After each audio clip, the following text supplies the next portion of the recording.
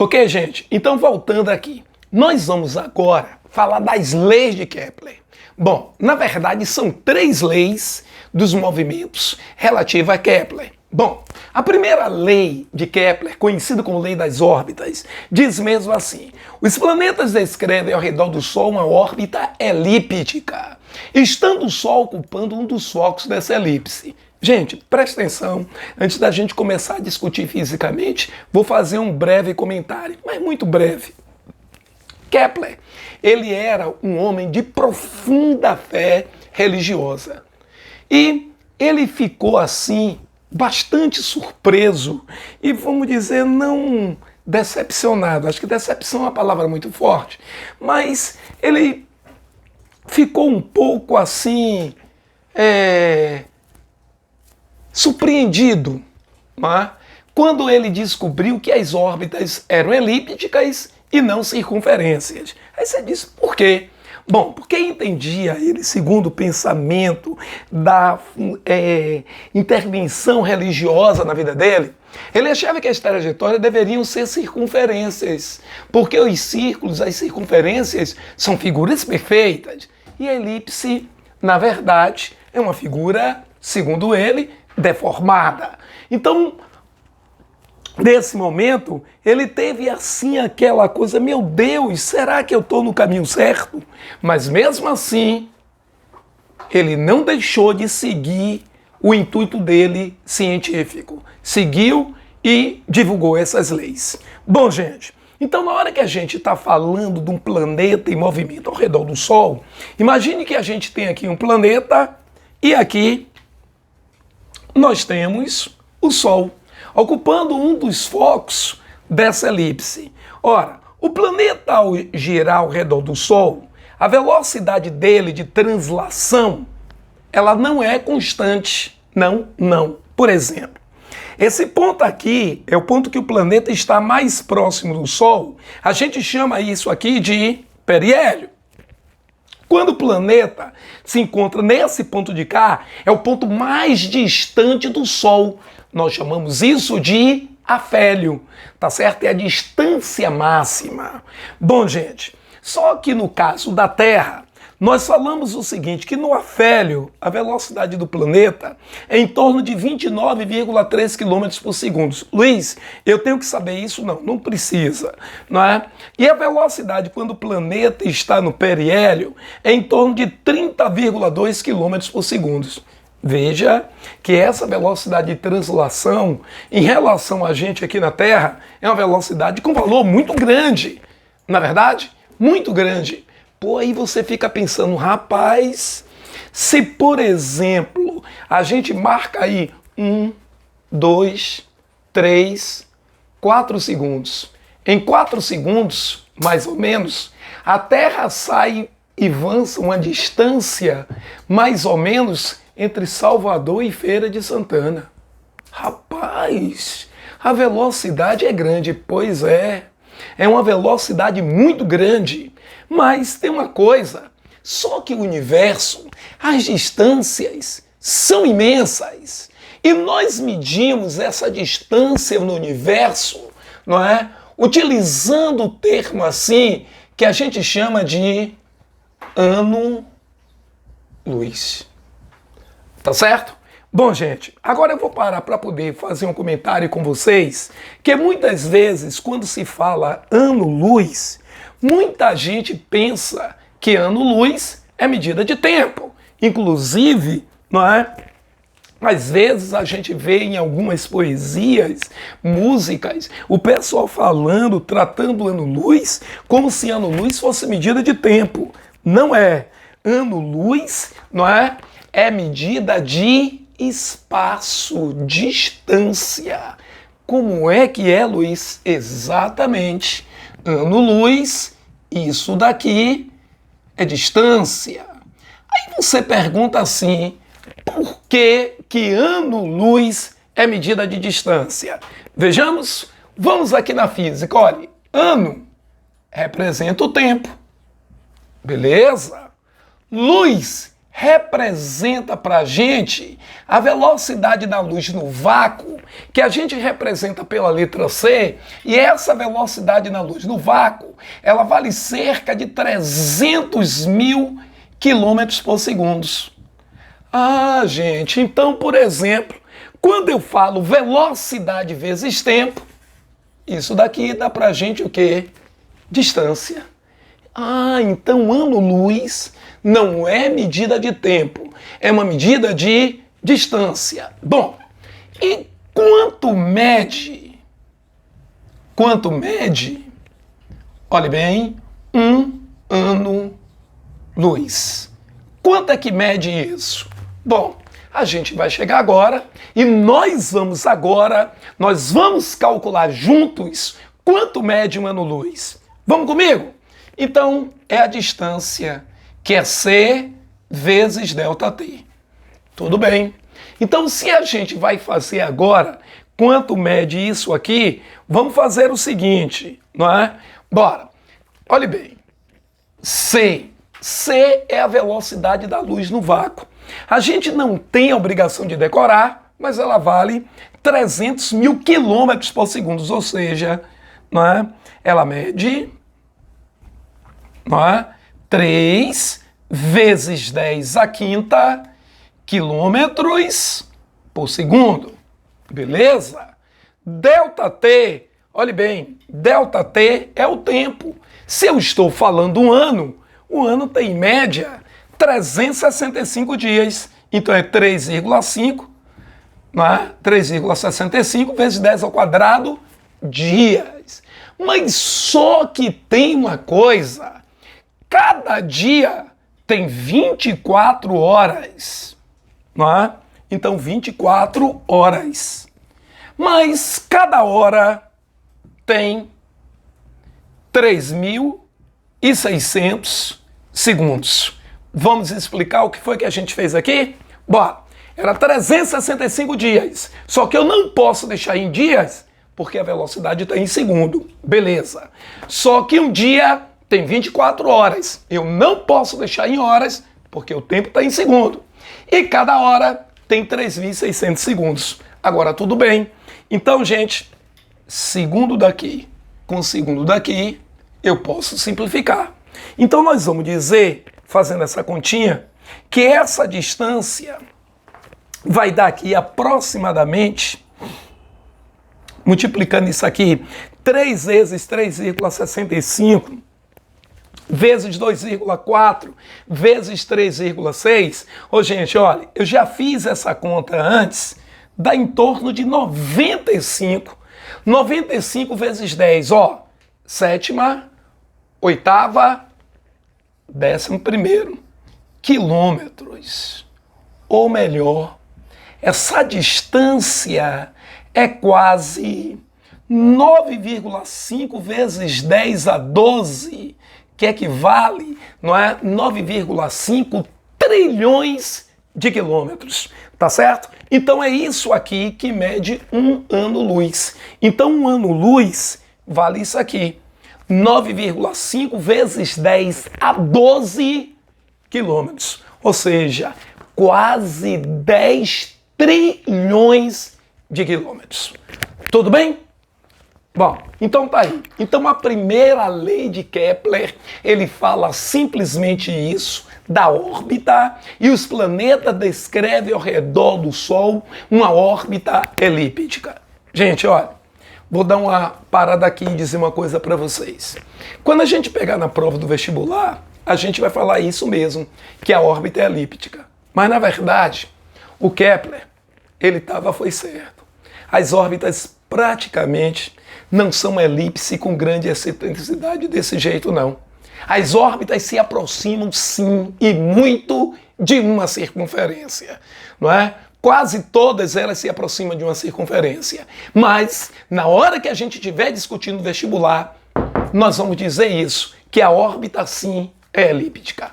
Vamos à segunda lei de Kepler agora. Bom, gente, segunda lei de Kepler. Segunda lei de Kepler, conhecida como lei das áreas.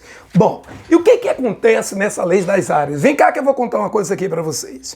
Imagine, por exemplo, sei lá, que a Terra está um instante TA a uma certa distância, não é, do centro do Sol. Então tem um vetor aqui, um vetor imaginário que liga o centro da Terra ao centro do Sol. Ora, esse vetor imaginário que liga o centro da Terra ao centro do Sol, ele descreve, não é, áreas iguais em intervalos de tempos iguais. Aí você pode dizer assim, Luiz, que coisa de áreas são essas aí? Vem cá.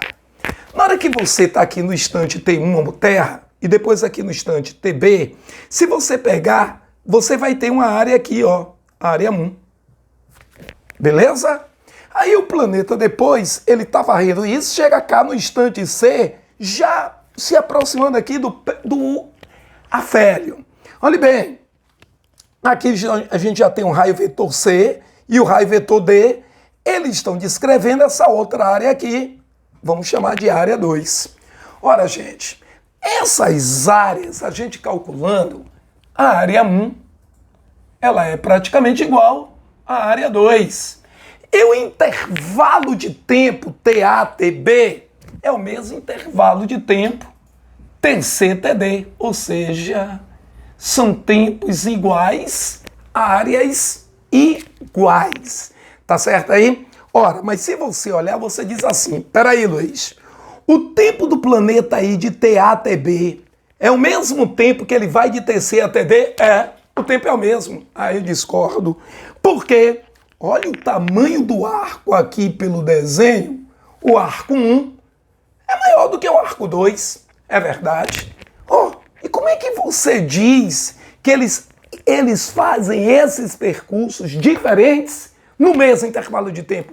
É claro, a velocidade do periélio é maior do que a velocidade do afélio.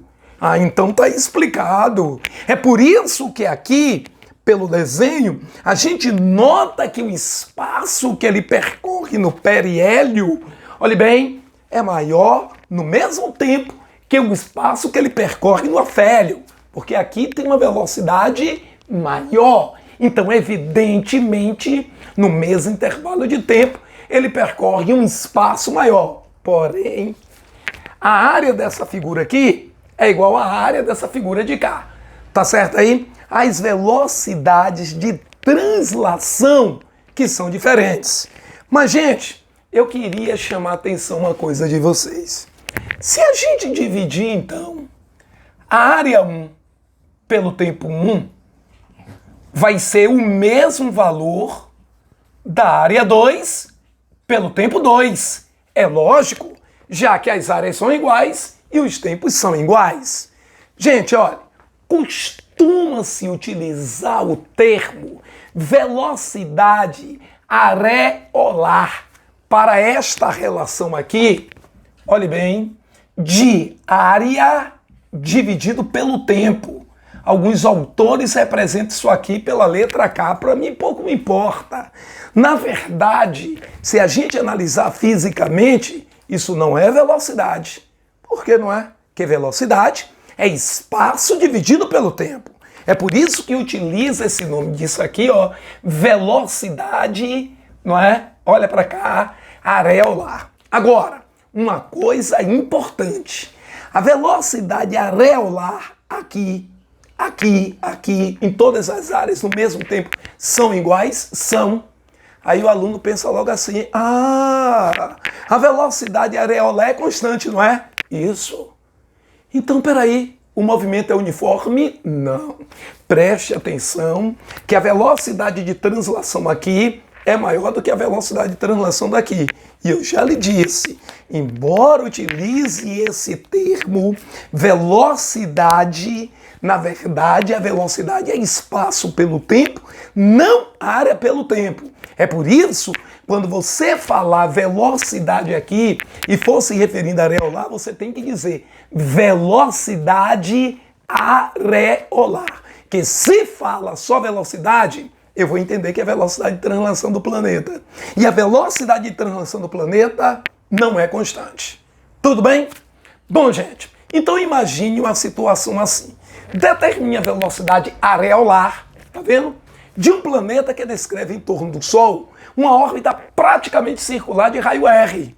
O período de translação do planeta é T. Ora, Luiz, como é que você calcula essa velocidade areolar? É tranquilo. A velocidade areolar, representado pela letra K, é a área dividido pelo intervalo de tempo. Tranquilo. O intervalo de tempo aqui, ele já disse que o intervalo de tempo é o próprio período. Tá aí. Agora, e A é a área. A área do círculo. Como é que calcula a área do círculo? Π R ao quadrado. Acabou? Acabou. Tá aí a resposta. Seria só isso? É isso aí só. Então, por favor, não esqueça, hein? Então, toda vez que você estiver trabalhando, ó, tá aqui um planeta, está aqui o Sol, não é? Esse segmento aqui imaginário que liga centro do planeta ao centro do Sol é chamado de raio vetor. Esse raio vetor, olhe bem, ele varre áreas iguais em intervalo de tempos o quê? Iguais. Então, quando ele vem daqui para cá, do instante T1 para o instante T2, ele varreu essa área. Tranquilo? Então tá aí. É isso só que diz a segunda lei de Kepler. Raio vetor é o segmento que une o centro do planeta ao centro do Sol. Varre áreas iguais em intervalos de tempos iguais. Acabou. Beleza? Terceira lei de Kepler. Vamos lá agora. Bom, gente, então terceira lei de Kepler. A terceira lei de Kepler é conhecida também como lei dos períodos. Bom, e o que diz essa lei dos períodos? Preste atenção, hein? O período que se refere na lei de Kepler, por exemplo, é o período de translação, no caso aqui, digamos, da Terra. Ou seja, digamos que nós temos a Terra ou um planeta qualquer, ele leva um tempo para completar uma volta ao redor do Sol chamado de período, que, por exemplo, no caso da Terra, esse período solar equivale a aproximadamente 365,3 dias. Tudo bem? Ora, gente, então vejam vocês, o período elevado ao quadrado de qualquer planeta, dividido pelo cubo do raio médio de órbita, é sempre constante. Bom, então veja bem, não é? Então, o que vem a ser, por exemplo, não é? Esse raio de órbita. O raio de órbita, olhe para o desenho aqui, vai ser RP, não é? Deixa eu melhorar aqui um pouquinho, é o RP mais RA dividido por 2, para. O que é RP, o que é RA? Vá. RP é essa distância do planeta ao centro do Sol quando ele está mais próximo do Sol, é o periélio. E essa daqui é quando ele está no quê? No afélio. Repare bem, o raio que você utiliza aqui chama-se raio médio, tá certo aí? É a soma desses dois dividido por 2, é o raio médio. Tá aí a terceira lei de Kepler. Bom, agora eu queria chamar uma atenção importante de uma coisa. Gente, as leis de Kepler, você pergunta assim, Luiz, vale só para a Terra? Não, vale para todos os planetas. Luiz, quando você diz todos os planetas do sistema solar? Sim, mas só os planetas do sistema solar não vale para todos. Inclusive, eu queria chamar a atenção uma coisa importante. As leis de Kepler também são válidas quando você tem um corpo de massa M, que essa massa M é muito menor do que a massa de outro corpo, e esse corpo de massa M está orbitando em relação a massa muito maior. Você diz assim, explica aí, Luiz. Eu explico. Vale lei de Kepler não é? São sempre válidas. Não estou falando só da terceira, não. As leis, as três, são sempre válidas, por exemplo, só para nosso sistema solar? Não. Vale para qualquer sistema solar que a gente tem desses bilhões e bilhões de galáxias e de sóis existentes no universo, tá certo? Mas é válido também quando a gente tem uma massa pequena orbitando ao redor de uma massa muito grande. Aí você pode dizer, não entendi. Exemplo, imagine a Terra e um satélite artificial. A massa de um satélite artificial é muito menor do que a massa do planeta Terra. Então, quando esse satélite está orbitando ao redor da Terra, para esse satélite também são válidas as três leis de Kepler, tá certo? Então, eu coloquei aqui um exemplo. Olhe bem, um satélite artificial em órbita circular dista R do centro da Terra e seu período vale T. Tudo bem? Um outro satélite também da Terra, em órbita também circular, tem período igual a 8 vezes T, 8 vezes maior. Bom, ele pergunta qual o raio de órbita em função de R. É tranquilo. Como que é tranquilo? Olhe bem. O quadrado do período do primeiro satélite, dividido pelo cubo do raio médio de órbita do primeiro satélite, é igual o quadrado do período do segundo satélite, dividido pelo cubo do raio médio de órbita do segundo satélite. Bem, e quem é o período? O período do primeiro é T. O raio é R. Quem é o período do segundo? O período do segundo é 8T. 8T ao quadrado. E o raio, eu não sei quem é. Aí, se a gente vai agora fazer essa continha, olha o que é que vai acontecer. T ao quadrado sobre R ao cubo é igual, aqui é 64T ao quadrado sobre quem? R2 ao cubo. Bom, gente, agora terminando de fazer essa continha, a gente vai ter T ao quadrado com T ao quadrado, cai fora. Eu chego à conclusão daqui do que? Bom, a gente chega à seguinte conclusão, que R2 ao cubo é igual a 64R ao cubo. É só fazer a multiplicação. Então eu chego à conclusão que R2 é raiz cúbica de 64 R ao cubo. Então R2 vai ser, gente, preste atenção, hein? Quem esqueceu aí, olha, 64, olhe bem, é 4 ao cubo. Então, ó, isso aqui, 4 ao cubo, R ao cubo. Então, tirando essa raiz cúbica, R2 vai ser 4 vezes R. Então, o que é que significa dizer que o raio do segundo satélite vai ser 4 vezes maior o raio do primeiro? Então, gente, a gente deu aqui aos satélites os mesmos comportamento que a gente coloca para os planetas em órbita ao redor do Sol, por exemplo. Tudo bem? Ok, gente. Fica com Deus. Beijo grande. Tchau, tchau, galera.